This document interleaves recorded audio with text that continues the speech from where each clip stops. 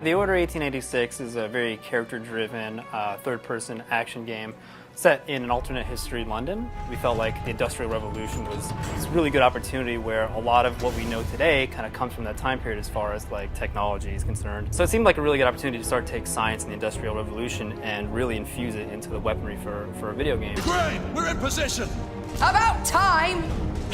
For us, the gunplay, while it's very much at the forefront of the core mechanics of the game, we saw the opportunity to kind of go in there and go, wow, like, what would you do if you could take any science that they did know about and actually apply it to a weapon? It's something that today we kind of take for granted, that a lot of things that are developed scientifically are actually ending up, being used against people as weapons. So this kind of was, it was kind of cool to see that maybe happening for the first time here in the 1800s of our game.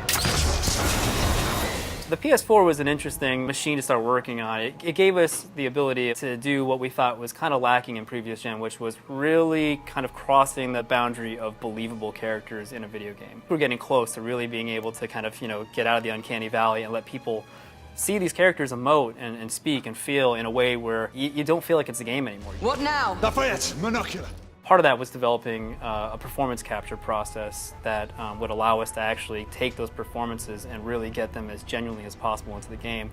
So we developed very complex head rigs that are carried in the game. Our game characters are actually the same in cinematics as they are all the time. So when you're in cover and you see him scrunching his face, it's like that's the same guy, same face, same joints in the head as you see everywhere in the cinematics. It starts to kind of really blur the lines between what is cinematic and what is game, which is why we call the game film. Like the whole game feels like a movie.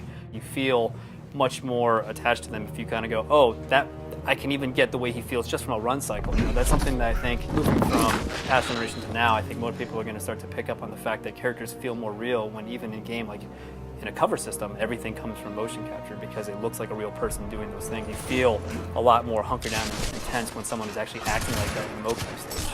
We have a really strong vision for the game. We just want to make sure that it's done right. So we have an early 2015 release for the game, and it's going to be exclusive to PlayStation